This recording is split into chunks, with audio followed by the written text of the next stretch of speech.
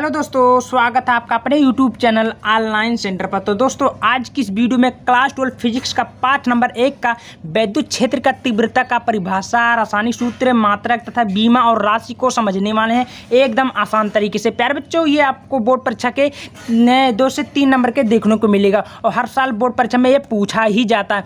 कैसे लिखना होगा, कैसे याद करना होगा, खूब आसान तरीके से देखिए मैं इसका परिभाषा, मात्रक, बीमा खूब आसान तरीके से बताने वाला हूँ। हाँ, आप लोग समझेंगे आसान तरीके से, 2 मिनट में सीख जाओगे, गारंटी लेता हूँ। और जीवन भर आप भूल नहीं पाओगे। क्या है भाई?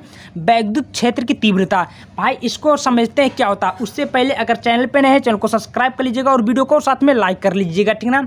चलिए शुरू कर देते हैं। तो वैद्युत क्षेत्र की तीव्रता को अंग्रेजी में क्या बोलेंगे, मैं लिख देता हूँ, उसको पहले समझ लेते हैं।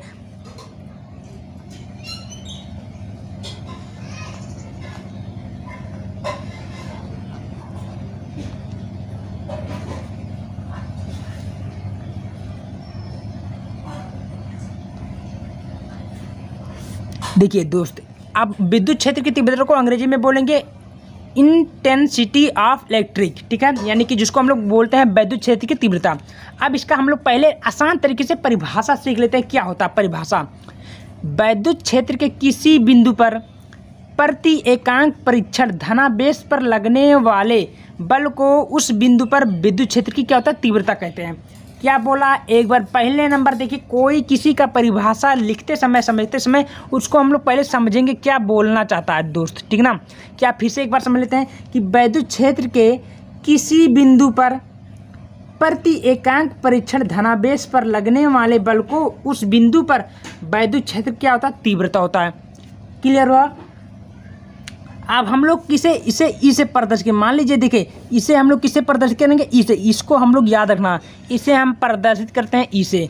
अब देखिए, अब इसका जो सूत्र होता है, इसको सूत्र समझ लीजिए क्या होता है वैद्युत क्षेत्र। तो यहाँ पर देखेंगे वैद्युत है ना, यहाँ पर मैं दिखा देता हूँ वैद्युत क्षेत्र की तीव्रता।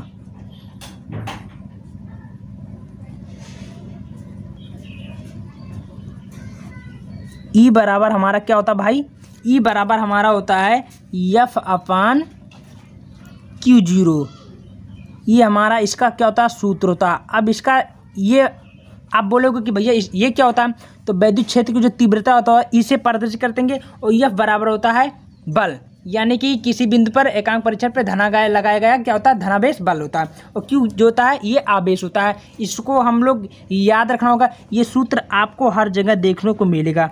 यहाँ तक क्लियर हुआ? चलिए, यहाँ पर लिखा होगा, इसे प्रदर्शित करते हैं, याद रखना होगा। चलिए उसको मैं बता देता हूँ। अब हाँ, जो सूत्र मैं आपको बता दिया हूँ, ये सूत्र यही है। क्या है?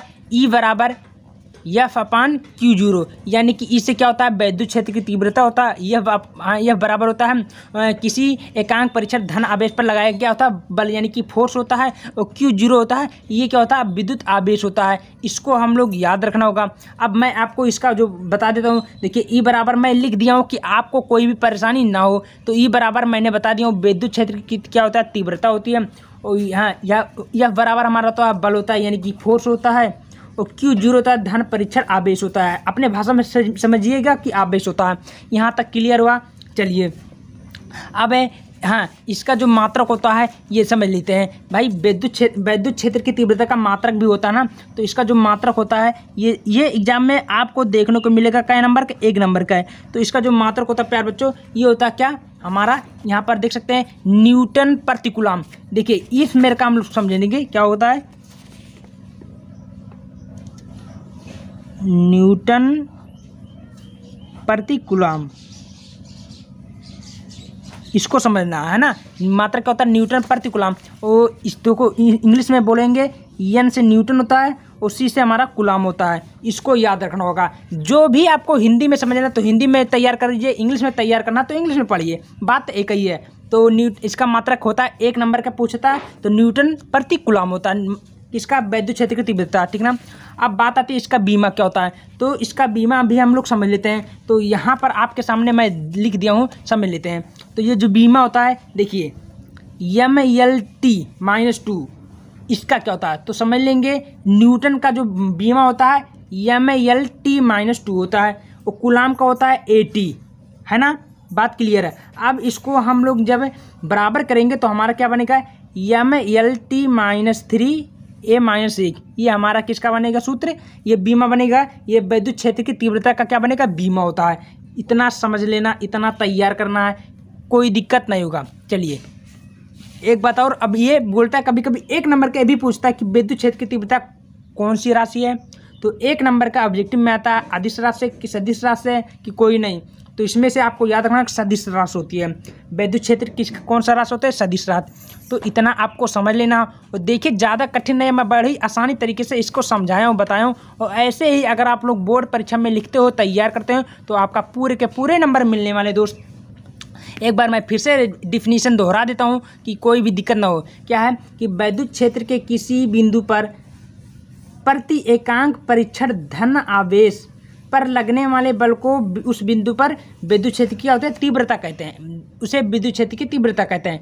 जो बोला है वही इतना याद रखना कि ये बराबर होता है विद्युत क्षेत्र की तीव्रता, यानी कि इसे प्रदर्शित करते हैं। मैं आपके सामने लिख भी दिया हूँ। और ये हमारा बल है कि आवेश 0 है। और इसका जो नहीं समझ में आता है इसका स्क्रीनशॉट ले लीजिएगा, आपके सामने पूरा दिखा गया है।